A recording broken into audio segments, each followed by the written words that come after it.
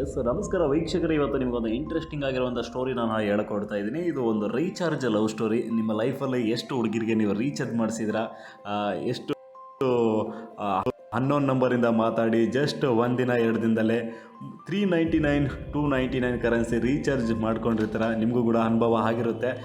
So ಈ ಥರ ನಿಮ್ಮ ಲೈಫಲ್ಲಿ ಏನಾದರೂ ಆಗಿದ್ದರೆ ಕಮೆಂಟ್ ಬಾಕ್ಸಲ್ಲಿ ಕಮೆಂಟ್ ಹಾಕಿ ಅಂತ ಹೇಳ್ತಾ, ನಮ್ಮ ಲೋಕಲ್ ಕನ್ನಡಿಗ ಯೂಟ್ಯೂಬ್ ಚಾನಲ್ ನೋಡ್ತಾ ಇದ್ದರೆ ಸಬ್ಸ್ಕ್ರೈಬ್ ಮಾಡಿ. ಓಕೆ, ಸ್ಟೋರಿ ಸ್ಟಾರ್ಟ್ ಮಾಡೋಣ ಬನ್ನಿ. ಸೊ ಹೀಗೆ ನಾನು ನಿನ್ನೆ ಹೊರಡಬೇಕಾದ್ರೆ ನನ್ನ ಫ್ರೆಂಡ್ ಸಿಕ್ಕ. ಅವನ ಜೊತೆ ನಾನು ಬೈಕ್ ಡ್ರೈವಿಂಗ್ ಮಾಡ್ತಾ ಇದ್ದೆ. ಅವನು ತನ್ನ ಸ್ಟೋರಿ ಹೇಳ್ದ. ನನಗೆ ತುಂಬಾ ನಗು ಬಂತು. ಯಾಕಂತ ಕೇಳಿ, ನಮ್ಮ ಹುಡುಗರು ಹೆಂಗಂದರೆ ಮನೆಯಲ್ಲಿರೋ ಮೊಬೈಲ್ಗೆ ರೀಚಾರ್ಜ್ ಮಾಡ್ತಾರೋ ಬಿಡ್ತಾರೋ ಗೊತ್ತಿಲ್ಲ. ಈ ಅನ್ನೋನ್ ನಂಬರ್ಗಂತೂ ಸಿಕ್ಕಾಪಟ್ಟೆ ರೀಚಾರ್ಜ್ ಮಾಡಿರ್ತಾರೆ. ಇವಂದು ಕೂಡ ಇದೇ ಕತೆ. ಒಂದು ಹುಡುಗಿನ ತುಂಬಾ ಪ್ರೀತಿ ಮಾಡ್ತಾ ಇದ್ದಂತ ಅನ್ನೋನ್ ನಂಬರಿಂದ ಒಂದು ಹುಡುಗಿ ಕನೆಕ್ಟ್ ಆಗುತ್ತೆ. ಸೊ ಇವನು ವರ್ಕ್ ಮಾಡ್ತಾ ಇರ್ತಾನೆ. ತಾನೇನು ತನ್ನ ವರ್ಕೇನೋ ಅಷ್ಟೇ ಇರ್ತಾನೆ. ಒಂದು ಅನ್ನೋನ್ ನಂಬರ್ ಆಗಿ ಹಾಗೆ ಇನ್ಸ್ಟಾಗ್ರಾಮಲ್ಲಿ ಪರಿಚಯ ಆಗುತ್ತೆ. ಪರಿಚಯ ಆಗ್ತಾ ಅವರ ಒಂದು ನಂಬರ್ ಕೂಡ ಎಕ್ಸ್ಚೇಂಜ್ ಆಗುತ್ತೆ. ಫ್ರೆಂಡ್ಶಿಪ್ಗೆ ಹಾಯ್ ಬಾಯ್ ಗುಡ್ ನೈಟ್, ಚೆನ್ನಾಗಿದೆಯಾ, ಕಾಫಿ ಆಯಿತಾ, ಟೀ ಆಯಿತಾ ಅಂತ ಹೀಗೆ ಮಾತಾಡ್ತಾ ಸೊ ಒಂದು 2 days 3 days ಮಾತಾಡ್ತಾರೆ. ಮಾತಾಡ್ತಾ ನಂಬರ್ ಕೂಡ ಎಕ್ಸ್ಚೇಂಜಿಂಗ್ ಆಗುತ್ತೆ. ನಂಬರ್ ಸಿಕ್ಕ ನಂತರ ದಿನನಿತ್ಯ ಮಾತು ನಿಮ್ಗೆ ಗೊತ್ತೇ ಇರುತ್ತೆ. ಅಷ್ಟರಲ್ಲಿ ನಮ್ಮ ಹುಡುಗರು ಹುಡುಗಿ ವಾಯ್ಸ್ ಕೇಳ್ಬಿಟ್ರೆ ಪಕ್ಕದಲ್ಲಿರೋ ಫ್ರೆಂಡ್ಸ್ ವಾಯ್ಸ್ ಕೂಡ ಕೇಳಿಸ್ಕೊಳ್ಳಲ್ಲ. ಅಷ್ಟು ಫುಲ್ ಬ್ಯುಸಿ ಆಗಿಬಿಡ್ತಾರೆ. ಹಾಗೆ ಇವನು ಕೂಡ ತನ್ನ ಒಂದು ಸ್ಟೋರಿನ ಸ್ಟಾರ್ಟ್ ಮಾಡ್ತಾನೆ. ಆ ಹುಡುಗಿ ಜೊತೆ ಮಾತುಕತೆ. ಬೆಳಗ್ಗೆನ ಫುಲ್ ಫೋನ್ ಬ್ಯುಸಿ, ಮಧ್ಯಾಹ್ನ ಕೂಡ ಬ್ಯುಸಿ, ರಾತ್ರಿ ಕೂಡ ಬ್ಯುಸಿ. ಗುರುವೇ ನಾವು ಕಾಲ್ ಮಾಡಿದ್ರೆ ಇಲ್ಲ ಗುರು ವರ್ಕಲ್ಲಿ ಬ್ಯುಸಿ ಆಗಿದ್ದೆ, ಹಾಗೆ ಹೀಗೆ ಅಂತ ಹೇಳ್ತಾ ಇದ್ದ ಕತೆ. ನನಗೆ ಸಿಗಾಕೊಂಡ ರಿಯಲ್ ಆಗಿ ತನ್ನ ಸ್ಟೋರಿನ ಹೇಳಕ್ಕೆ ಸ್ಟಾರ್ಟ್ ಮಾಡ್ದ. ಇಲ್ಲ ಒಂದು ಹುಡುಗಿ ಹೀಗೆ ಇನ್ಸ್ಟಾಗ್ರಾಮಲ್ಲಿ ಪರಿಚಯ ಆದಲು. ನಾನು ತುಂಬಾ ಅವಳನ್ನ ಪ್ರೀತಿ ಮಾಡೋಕ್ಕೆ ಸ್ಟಾರ್ಟ್ ಮಾಡಿದೆ. ಫಸ್ಟ್ ಎಲ್ಲ ಫ್ರೆಂಡ್ಶಿಪ್ ಆಗಿ ಚೆನ್ನಾಗೇ ಮಾತಾಡ್ತಾ ಇದ್ದೆ. ಮಾತಾಡ್ತಾ 2-3 days ಆಯ್ತು ಮಗ. ಚೆನ್ನಾಗೆ ಮಾತಾಡೋಳು 4ನೇ ದಿನಕ್ಕೆ ಫೋನೇ ಆಫ್ ಮಾಡಿಬಿಡಿದ್ಲು. ಯಾಕೆ ಅಂತ ನಾನು ಕೇಳಿದೆ. ಆಗ ಹೇಳಿದ್ಲು, ರೀಚಾರ್ಜ್ ಇಲ್ಲ ಪ್ಲೀಸ್ ರೀಚಾರ್ಜ್ ಮಾಡು ಅಂತ. ಇವನು ಕೂಡ ಆಲ್ರೆಡಿ ಪ್ರೀತಿಲಿ ಬಿದ್ದೋಗ್ಬಿಟ್ಟಿದ್ದ. ಸೊ ಓಕೆ ಆಯ್ತು ಅಂದ್ಬಿಟ್ಟು 299 ರೀಚಾರ್ಜ್ ಮಾಡ್ದ. ರೀಚಾರ್ಜ್ ಮಾಡಿದ ತಕ್ಷಣ ಮತ್ತೆ ಮಾತುಕತೆ ಸ್ಟಾರ್ಟ್ ಆಯಿತು. ಬರ್ತಾ ಹುಡುಗಿ ಫೋನ್ ಮತ್ತೆ ಬ್ಯುಸಿ ಬರೋಕ್ಕೆ ಸ್ಟಾರ್ಟ್ ಆಯಿತು. ಇವನಿಗೂ ಕೂಡ ನಿಮ್ಗೆ ಗೊತ್ತಿರುತ್ತಲ್ವ, ನಮ್ಮ ಹುಡುಗರಿಗೆ ಸ್ವಲ್ಪ ಫೋನ್ ಬ್ಯುಸಿ ಬಂತಂದರೆ ಡೌಟ್ ಸ್ಟಾರ್ಟ್ ಆಗಿಬಿಡುತ್ತೆ. ಇವನಿಗೂ ಕೂಡ ಅದೇ ಸ್ಟಾರ್ಟ್ ಆಯಿತು. ಹುಡುಗಿ ಜೊತೆ ಯಾವಾಗ ಮಾಡಬೇಕಾದ್ರೂ ಅವಳ ಫೋನ್ ಮಾತ್ರ ಸಿಕ್ಕಾಪಡೆ ಬ್ಯುಸಿ ಬರ್ತಾಯಿತ್ತು. 2-3 days ಚೆನ್ನಾಗಿ ಮಾತಾಡಿ ಇವನ ಜೊತೆ ಚಾಟಿಂಗ್ ಮಾಡಿದಂಥ ಹುಡುಗಿ ರೀಚಾರ್ಜ್ ಬಂದ ನಂತರ ಬೇರೆ ಫೋನಲ್ಲಿ ಬ್ಯುಸಿ ಆಗೋಕ್ಕೆ ಸ್ಟಾರ್ಟ್ ಆಯಿತು. ಇವನು ಸಿಕ್ಕಾಪಟ್ಟೆ ಕಾಲ್ ಮಾಡ್ತಾನೆ. ಆದರೂ ಕೂಡ ಮಧ್ಯೆ ಗ್ಯಾಪ್ ಕೊಟ್ಕೊಂಡು ಹುಡುಗಿ ಮಾತಾಡೋಕ್ಕೂ ಸ್ಟಾರ್ಟ್ ಮಾಡ್ತಾಳೆ. ಇವನ ಜೊತೆ ದಿನನಿತ್ಯ ಮಾತಾಡ್ತಾಳೆ. ಮತ್ತು ಬೇರೆ ಕಡೆಯಿಂದನೂ ಕೂಡ ಫೋನ್ ಬ್ಯುಸಿ ಬರ್ತಾ ಇರುತ್ತೆ. ಆದರೂ ಕೂಡ ಇವನು ತಲೆ ಕೆಡಿಸ್ಕೊಳ್ಳಲ್ಲ. ಚೆನ್ನಾಗಿ ಅವಳ ಜೊತೆ ಮಾತಾಡ್ತಾನೆ. ತುಂಬಾ ಅತಿಯಾಗಿ ಹಚ್ಕೊಂಡು ಪ್ರತಿ ತಿಂಗಳು ರೀಚಾರ್ಜ್ ಮಾಡೋಕ್ಕೆ ಸ್ಟಾರ್ಟ್ ಮಾಡ್ತಾನೆ. ಅವಳು ಇವನ್ನ ಅತಿಯಾಗಿ ನೆನೆಸ್ಕೊಳ್ಳೋದು ಯಾವಾಗಂದರೆ, ಈ ರೀಚಾರ್ಜ್ ವ್ಯಾಲಿಡಿಟಿ ಒಂದು ಕಂಪ್ನಿಯವರು ಮೆಸೇಜ್ ಕಳಿಸ್ತಾರೆ.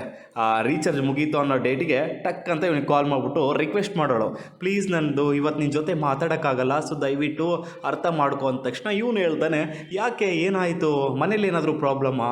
ಇಲ್ಲ ನನ್ನ ರೀಚಾರ್ಜ್ ಮುಗೀತಾ ಇದೆ ಅಂದ ತಕ್ಷಣ ಇವನು ಅಯ್ಯೋ ತನ್ನ ಹತ್ರ ದುಡ್ಡಿಲ್ಲಂದ್ರೂ ಪರವಾಗಿಲ್ಲ, ಬೇರೆಯವ್ರ ಹತ್ರ ಫೋನ್ಪೇನಲ್ಲಿ ದುಡ್ಡು ಹಾಕ್ಸ್ಕೊಂಡು ಇನ್ನೊಬ್ರಿಗೂ ರೀಚಾರ್ಜ್ ಮಾಡೋ ಲೆವೆಲಿಗೆ ಹೋದ. ಪ್ರತಿ ತಿಂಗಳು ಇದೇ ನಡೀತು. ಒಂದು 3 ತಿಂಗಳಾದ ನಂತರ 4 ತಿಂಗಳು ಆಯಿತು. 4 ತಿಂಗಳಾದ ನಂತರ ಹುಡುಗಿ ಇವನ್ನ ಕೈ ಕೊಟ್ಟು ಬಿಟ್ಟೋದ್ಲು. ಇವನು ಮತ್ತೆ ಕಾಲ್ ಮಾಡ್ತಾನೆ. Switch off, busy. ತಲೆ ಕೆಟ್ಟು ಏನು ಮಾಡೋದು ಅಂತ ತುಂಬಾ ತಲೆ ಕೆಡಿಸ್ಕೊತಾನೆ. ಮತ್ತು ಇನ್ನೊಂದು ಹುಡುಗಿ ಕೂಡ ಏನಾದರೂ ಟ್ರೈ ಮಾಡೋಣ ಅಂತಾನೆ. ಬೇಡ ಗುರು, ಈ ಒಂದು ರೀಚಾರ್ಜ್ ಸವಾಸದಿಂದ ಲೈಫೆಲ್ಲ ಹಾಳಾಗಿ ಹೋಗ್ಬಿಟ್ಟಿದೆ. ನನ್ನ ಲೈಫಲ್ಲಿ ಸಿಕ್ಕಾಪಟ್ಟೆ ರೀಚಾರ್ಜ್ ಗರ್ಲೇ ಜಾಸ್ತಿ ಆಗ್ಬಿಟ್ರು. ಆನೆಸ್ಟಾಗಿ ಪ್ರೀತಿ ಮಾಡೋಣ ಅನ್ಕೊತೀವಿ, ಚೆನ್ನಾಗಿ ಮಾತಾಡೋಣ ಅನ್ಕೊತೀವಿ. ಆಲ್ಮೋಸ್ಟ್ ಆಲ್ ಹುಡುಗಿರು ಕರೆನ್ಸಿ ಹಾಕ್ಸ್ಕೊಂಡ ನಂತರ ಫುಲ್ ಬ್ಯುಸಿ ಆಗಿಬಿಡ್ತಾರೆ. ತುಂಬಾ ಬೇಜಾರಾಗುತ್ತೆ. ಹಾಗಾಗಿ ಲೈಫಲ್ಲಿ ಇವತ್ತು ಹುಡುಗಿರು ಯಾವ ರೀತಿ ಆಗ್ಬಿಟ್ಟಿದ್ದಾರೆ ಅಂದರೆ, ತಮ್ಮ ಸಮಯ ಸಂದರ್ಭಕ್ಕೆ ನಮ್ಮನ್ನು ಯೂಸ್ ಮಾಡ್ಕೊತಾರೆ. ಹಾಗಾಗಿ ಯಾಕೆ ಬೇಕು ಹುಡುಗಿರ ಸವಸ ಅಂತಾನೆ. ನನಗೆ ಟ್ರಾವೆಲಿಂಗ್ ಮಾಡಬೇಕಾದ್ರೆ ತನ್ನ ಸ್ಟೋರಿ ಹೇಳ್ತಾನೆ. ತುಂಬಾ ನಗು ಬಂತು. ನೋಡಿ, ಯಾವಾಗಲೂ ನಾವು ಒಬ್ಬರನ್ನ ಪ್ರೀತಿ ಮಾಡ್ತೀವಿ ಅಂತಂದರೆ ಹಾನೆಸ್ಟಾಗಿ ಪ್ರೀತಿ ಮಾಡಬೇಕಂದ್ರೆ, ಯಾವಾಗಲೂ ಒಂದು ಹುಡುಗಿ ನಿಮ್ಮನ್ನ ನಿಜವಾಗ್ಲೂ ಪ್ರೀತಿ ಮಾಡೋಕ್ಕೆ ಸ್ಟಾರ್ಟ್ ಮಾಡ್ತಾಳೆ ಅಂದರೆ, ಎಕ್ಸ್ಪೆಷಲಿ ಅವಳು ನಿಮ್ಮ ಹತ್ರ ದುಡ್ಡಿಗೆ ಯಾವತ್ತೂ ಬೇಡಿಕೆ ಇಡಲ್ಲ.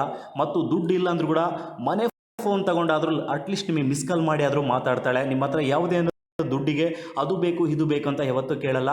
ನಿಮ್ಮ ಪರಿಸ್ಥಿತಿನ ಅನುಗುಣವಾಗಿ ಅರ್ಥ ಮಾಡಿಕೊಂಡು ನಿಮ್ಮ ಲೈಫ್ ಜೊತೆ ಯಾರು ಅಡ್ಜಸ್ಟ್ ಮಾಡ್ಕೊತಾರೆ, ಅದು ಒಂದು ನಿಜವಾದ ಪ್ರೀತಿ ಆಗಿರುತ್ತೆ. ಈ ಒಂದು ದುಡ್ಡಿನ ಪ್ರೀತಿ ಅಂದರೆ ತಾತ್ಕಾಲಿಕ. ನಿಮ್ಮ ಹತ್ರ ದುಡ್ಡಿರೋವರೆಗೂ ಮಾತ್ರ ಪ್ರೀತಿ ಮಾಡ್ತಾರೆ. ಬರ್ತಾ ನಿಮ್ಮ ಹತ್ರ ದುಡ್ಡಿಲ್ಲ ಅಂದ ತಕ್ಷಣ ಎಕ್ಸಿಟ್ ಆಗ್ತಾರೆ. ಇಂಥ ಪ್ರೀತಿಗೆ ನೀವೆಲ್ಲ ಬಲಿ ಆಗದೆ ಲೈಫಲ್ಲಿ ಆನೆಸ್ಟಾಗಿ ಪ್ರೀತಿ ಮಾಡಿ. ಅಂಥ ಹುಡುಗಿ ನೋಡಿ, ಎಲ್ಲರೂ ರೀಚಾರ್ಜೇ ಮಾಡಿಸ್ಕೊತಾರ, ಹುಡುಗಿರು ಸರಿ ಇಲ್ಲ ಅಂತ ನಾನು ಹೇಳ್ತಾ ಇಲ್ಲ. 100ರಲ್ಲಿ 90% ಹುಡುಗಿರು ರೀಚಾರ್ಜ್ ಆದರೆ ಇನ್ನೂ ಒಂದು 10% ಆನೆಸ್ಟಾಗಿ ಪ್ರೀತಿ ಮಾಡೋರು ಇರ್ತಾರೆ. ಇವತ್ತಿಗೂ ಹುಡುಗನಿಗೋಸ್ಕರನೂ ಸಿಕ್ಕಾಪಟ್ಟೆ ಅಮೌಂಟ್ ಖರ್ಚು ಮಾಡ್ಕೊಂಡಂಥ ಹುಡುಗಿ ಕೂಡ ಇದ್ದಾರೆ. ಎಷ್ಟೋ ಹುಡುಗಿರು ಹುಡುಗರ ಲೈಫ್ನ ಹಾಳು ಮಾಡಿದವರು ಇದ್ದಾರೆ.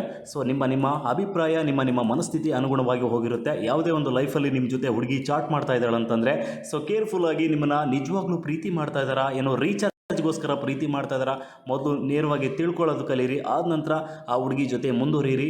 ಹುಡುಗ ಆಗಿರ್ಬೋದು ಹುಡುಗಿ ಆಗಿರ್ಬೋದು, ಲೈಫಲ್ಲಿ ಈ ಲವ್ ಅನ್ನೋದು ಒಂಥರ ಆಕ್ಸಿಜನ್ ಟೈಪ್, ಕಣ್ಣಿಗೆ ಕಾಣಲ್ಲ ಬಟ್ ಬದುಕಿಸುತ್ತೆ.